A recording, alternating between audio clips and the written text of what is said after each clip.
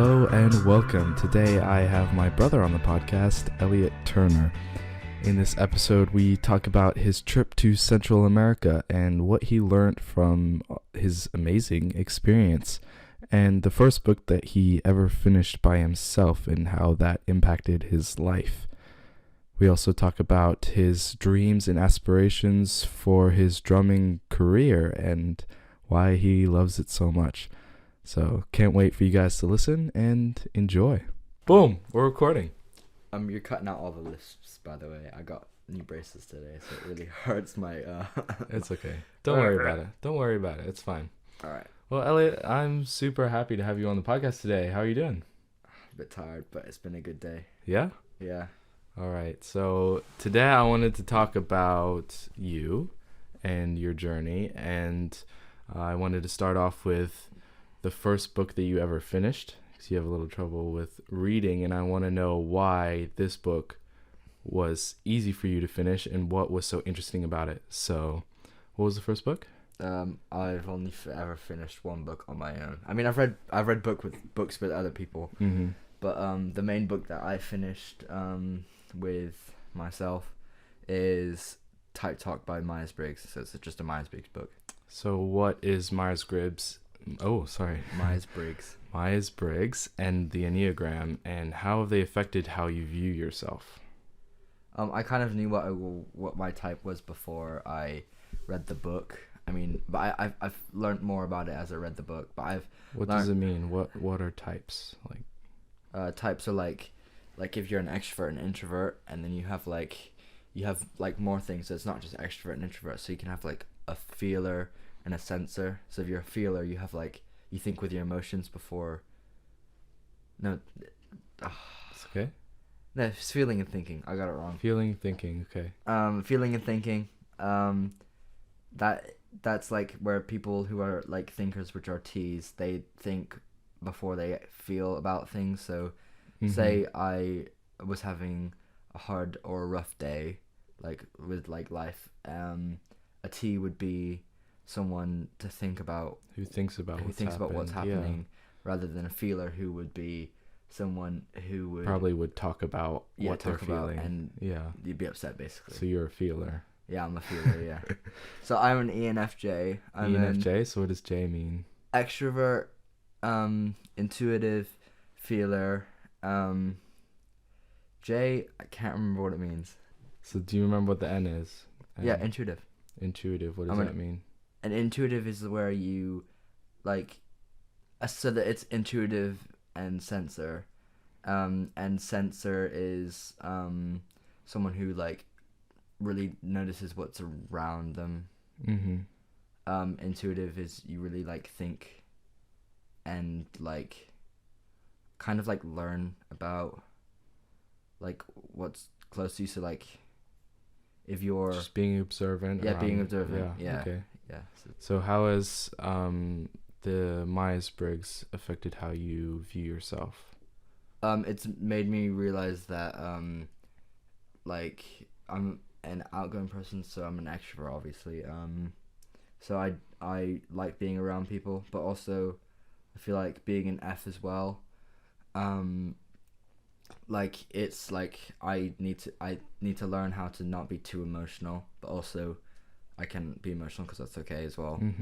But I mean also J and P. So let me go more into that. So if you're a J, you can go into a shop and pick exactly what you want without having to think about what you want to get. But if you're a P, like Ethan is, I am definitely a P. It takes you hours to figure out what items you want to get. So if it's if there's 3 shirts there, yeah, I will spend hours thinking which shirt am I actually going to be wearing. Yeah, whereas I can go in and be I want that shirt and leave. So has the Myers Briggs made you more aware of who you are? Made you realize, oh, I do this because of that? Yeah, definitely.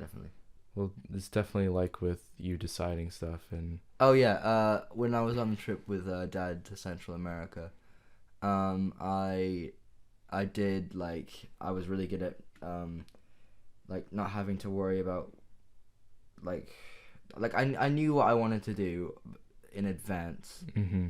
You planned. I planned it, because I like planning things. Yeah, you're a planner. But also at the same time, like, I didn't really have to think about what I wanted to do. I just knew what I wanted to do and got it straight done. So I learned that I can, like, make a decision quickly. Mm-hmm. So why do you like to plan ahead? Like, what about planning makes you want to do it all the time? Because then I get a vague idea of what I will be doing in the future. Because I don't like going into things without knowing some sort of, like, way or some sort of thing that's going to happen. Because it just stresses me out because I don't know what's happening next, and I don't like that. That was a learning curve for me, actually. I'm still learning on it as well. But, like, having to, like, go with the flow, I struggle with, which is also a bad thing, which I should probably get better at, to be honest. But I do like a plan, so. So what happens when something doesn't go to plan? How do you deal with that? Well, on the trip with Dad, which we'll go into more detail later. Obviously it's not going to go to plan because it's Central America. But I mean, it does. I had to learn how to go with the flow rather than having a plan all the time. Obviously, we had like a vague plan of where we were gonna go and what we were gonna do, but we also, I also had to learn how to just go with the flow, which was good in a way because we had more experience. I mean, we had like more experiences and more fun things that we were gonna do. I mean, there's some funny stories I have to say, but. Yeah, I learned how to go with the flow rather than having to be stressed out about the plan. But I still like a plan. Yeah. So, like... It's very comforting. Yeah, it's very comforting, yeah. I understand. Okay, what was your funnest moment from the trip then? What was a moment that happened on your trip that you'll never forget? There's loads. There's like three main things. We got to... So we were in Cancun for a few days, and then we went to the like center. So we went to this old town called Valladolid. I think I'm saying it right. It's close to Chichen Itza, and it was like a small town, and it was like imagine like a Spanish town that you like imagine in the movies. It looked exactly like that. That's cool. With like lots of different shops. There was a really cool furniture shop, and like just like loads of different like incredible shops with incredible different things that like are handmade, which was really cool. We had a really good meal as well. But I think around that area they have these things called cenotes, where they're like caves, underground caves, but the roof's open, so it's like a big circle. Wow. And you can jump in, and like it's like clear water, and you can see up into the sky with like vines and everything. That's so cool. It's been on my bucket list to go, so I was like really, really happy that we got to do that. And we also saw Chichen Itza, which is really cool because it's like way bigger in person than... What there was amazing to you? The fact that like there was so much different, just like when we went to go see the pyramids, like it's crazy how like way back when they could make structures like that. Yeah. Like it's just crazy how we've gotten better, but like just crazy what the different things meant. So there was like lots of different artifacts around it. I mean, I'm the type of person who also goes and sees things and like goes, okay, I've seen it, now we can go. So I think I kind of made a mistake and didn't stay there as long as I should have. But I've seen Chichen Itza, which I can say I have. We walked around and saw like a lot of different structures, and we went to the bottom, and if you clap, it bounces back to you really quickly. Wow. So you can clap once, it goes up the thing. That's so cool. And the stairs have like these on either sides have snake heads. Wow. Which like when the shadows go around, it tells the time. It's pretty cool. That's so cool. And then there's also or I think I got it right. I don't know. There's also this game that that some people play, or the people back then used to play, where it's like these two massive walls with this hoop, and it was like back then Mayan tribes had to there was like 2 different tribes, and they'd play this game, and the losing team were killed. Oh my gosh. No, they were sacrificed to the gods. Wow. So like this game was a life and death situation. Yeah, that's a bit crazy. A very intense football game or something. Yeah, I don't really know what the game was. It was basically like this stupidly high hoop, right? And these men had to fight it out to win the game. Oh, it was crazy. Yeah, that was really cool to see all of that. So, Belize was really good. The snorkeling, if you ever go to Belize, oh my word, the snorkeling is incredible. Best snorkeling I've ever done. I've done a lot of snorkeling as well. So, I mean, like in Thailand, the snorkeling was really, really good. Like loads of fish and stuff. Mm-hmm. But Belize, like it's with the fish and with like stingrays, sharks, What? like lionfish. That's so cool. Sea turtles. Oh my gosh, I've wanted to see sea turtles so many times. Not jealous at all.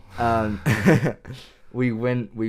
So there's like 3 different main spots. So they have Mexico Rocks, and it's called Mexico Rocks because, the Mexicans used to try and steal the land in the ocean, so that they could get the people to come, Mm-hmm. right? Because they realized that it was the perfect place to poach fish. And so ever since, people in Belize just call it Mexico Rocks because of that. They've had a massive war over time. Then they have a spot called Shark Ray Alley, where it's just like, it's pretty shallow, but it's where all the sharks and the stingrays like roam around, because the people on the boats feed meat out onto the boat, and the sharks go around the boat, and you have to jump out on the other end and swim around, and you can just see the sharks just feeding on all of the meat that they're giving them. Crazy. And you can like pet them, you can stroke them.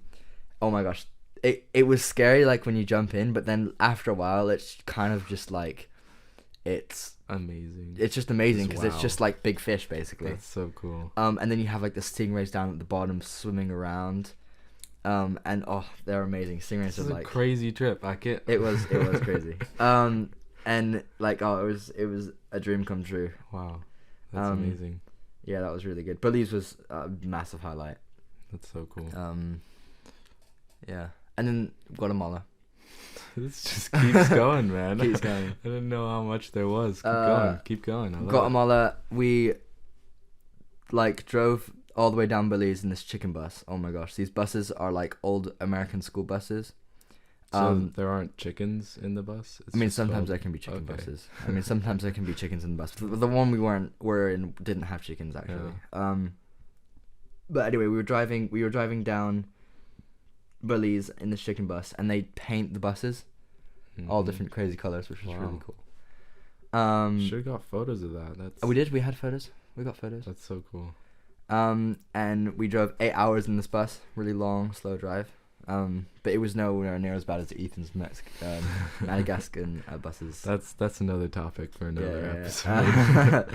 episode. And anyway, we got down to the bottom of Belize, and we took a boat up this river straight into Guatemala, and it's like incredible because you have these massive mountains either side this big river that you're going down with like amazing views and tropical, like you could see toucans. Wow. And like all of this stuff. This is crazy. And then we stayed in this like little remote like village. Not village, like a little like resort thing. It wasn't like a nice place, but it was like, it wasn't like a fancy place, but it was a nice place because it was like out of nowhere, like secluded and no one there. Crazy. That's so cool. But like every time you go to bed at that area, it's just like you can hear the jungle, which is really cool. That is so cool. And we stayed there a night, and then we kayaked all the way down this river, and we went to this massive waterfall, and just did like some jumping, built a dam. That was a lot of fun. Then we kayaked all the way back, which was a lot of work, but it was a lot of fun. Yeah. Then we kept on going down the river, and we caught a bus from this small town that's not even named on the map, up through Guatemala, up through the mountains, which is amazing views. Reminded me of China, really. That's so cool. And we got to this amazing town, incredible town called Antigua. And we stayed there one night. We got food. We stayed. We slept. The next day, we just walked around, explored it, and we figured out that you could climb a active volcano. What? And go get some amazing views of the small towns and just like basically climb up a massive volcano. Amazing. So anyway, we kept on walking around. Then it was dinner time. And we had a lot of street food at this point. Yeah, I bet. So I was like, I want like just some food, right? Just like normal like food. Not normal food, but like food that I'm like Italian, right? Mm-hmm. Anyway, we get the food, and it's all great. Then we go home, and in the morning I'm like, I'm not feeling so good. And me and my dad just throw up everywhere. We're sick. We got food poisoning, and it's just not nice. Because we were planning on climbing the volcano that I really wanted to climb up, and like get the views and stuff. Which kind of like was a bummer because it was a great town and it would have been so cool. But at the same time, like, it's funny though how the one time you go to eat nice food, it's so annoying. It just shows that if you're in a country where they make food, eat the food that they make there. Yeah, don't eat like yeah for sure. It's a great travel lesson. That's so cool. I mean I loved Guatemala, but it sucked that we got that was I remember seeing you again afterwards, and you're like, I'm never eating Mexican food again. I've eaten Mexican food so many times. I love Mexican food. I could never give it up. That's crazy. But it wasn't actually Italian. We had Mexican, but we had like the fancy stuff, which was not as good as the street food, to be honest. Yeah. But like, yeah. It's a great story. Yeah. The next day we like kind of just like chilled because we were sick, obviously. Then we took a boat. I mean, no, not boat. A bus down to El Salvador, and we did surfing for a day, which was incredible. I really recommend going surfing. You don't want to miss it. Like, my dad was a bit scared though because he couldn't swim. So it was just me out there having fun in the waves. That's I got cool. some pretty cool videos, which is fun. Didn't really know how to surf, but later on in the States I kind of learned a little bit with Ethan. But it was an incredible trip, and I will never forget it. So. Those are the highlights for sure. So cool to hear from that trip in more detail than I heard. Bro, you did? Oh, yeah, it's so cool. I have so much stories. I haven't actually probably talked about it because, like, I don't know. It's so good. Yeah. Okay, on to another thing. So, what are a couple things that keep yourself happy and moving forward every day? Things that you want to get out of bed to do every single day? Definitely drumming. I'm a massive drummer. I love drumming. I would love to be a drummer in the future as well. That'd be really cool. But I mean, yeah, drumming for sure. Where did your passion for drumming come from? Where do you think it came from? I mean, like when I was a kid, I always used to, like we had like a conference every year, and there was a drummer who used to drum in the conference. His name's Jason Coffey. He's an incredible drummer. I always thought it would be so cool, like, and then like a few years after like each conference, I mean, there was this one year that we went to Beijing, and Olivia played. A couple of shout outs over here. Yeah, Olivia. They're a really good band in Beijing. Good friends of ours. Anyway, the drummer Jason Coffey, he drummed on the band. He drums for the band, and I got sticks from him, like signed sticks from him so on the day, which was like a big deal. Do you still have them? I still have them. Yeah. That's so cool. And I was like, I really want to be a drummer. But obviously it was hard because like we lived in Thailand, and like kind of like the neighbors probably would have hated us. Plus we were foreigners, so it wouldn't be good. But I never really got around to it. But that was like a point where I knew I really wanted to drum. And then we finally moved to England, and like my younger brother actually was like, oh, I really want to drum. And my uncle and my cousin used to be drummers, and they had just a spare kit laying around. So lucky you. I know. So, yeah, basically. So Jonathan was like, my dad just said, okay, I'm gonna ask him if I could have the kit, right, so that Jonathan could play, my younger brother. And so we got the kit, right, and then Jonathan like started playing with it, and like for like 2 or 3 days, and he said, I don't really want to play this anymore, I just want a game. So I mean, cut that bit out because that's mean. But but that's mean. But like he just, I don't know, he just didn't pick it up. So I was like, I'm gonna have a try because I don't want to. Now is your chance. Yeah. So it's like 2 or 3 days, and then I finally got on the kit, and I was like, yo, this is so cool. And after a few, just fell in like, love. yeah, just after That's like so the first cool. touch, boom. I'm like, yo, this is my baby. So I was like, yeah, I want to be a drummer. Which is really cool.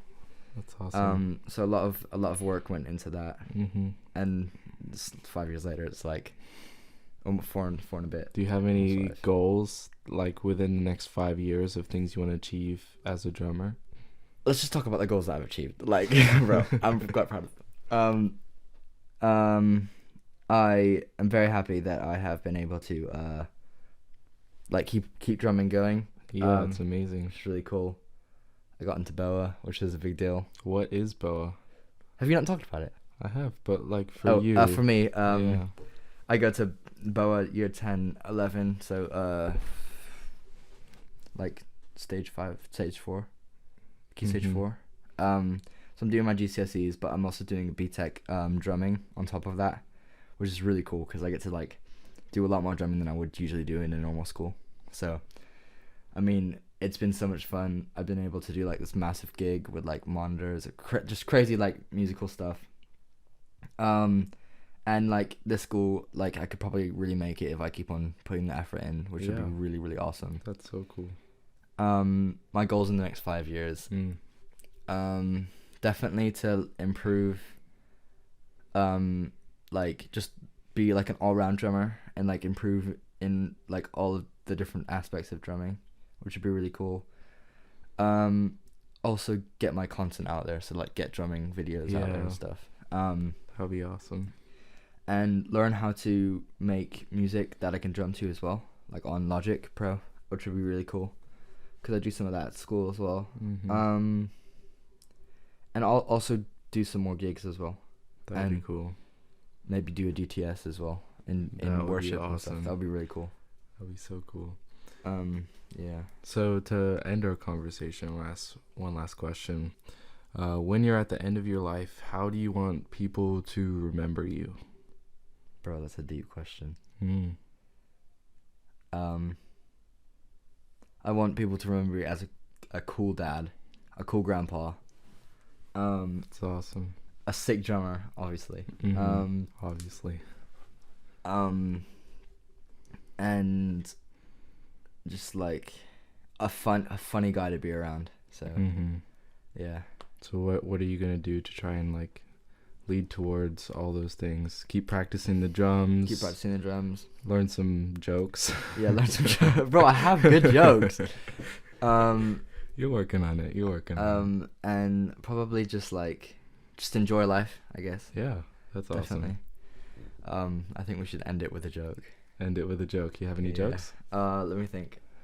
Okay, I'm gonna try and not get this wrong on the first try. Okay, ready? What did the old computer say to the new computer? That's drum roll. Are you my data? Wait. You said it wrong. No, I said it right. Again. No, okay, what did the old computer say to the new computer? Sorry, what did the old computer say to the new computer? No, it's what did the new computer say to the old What did the new computer say to the old computer? Are you my data? You get that joke wrong every time. I love it. End of podcast. End of podcast. Oh my gosh. Dude.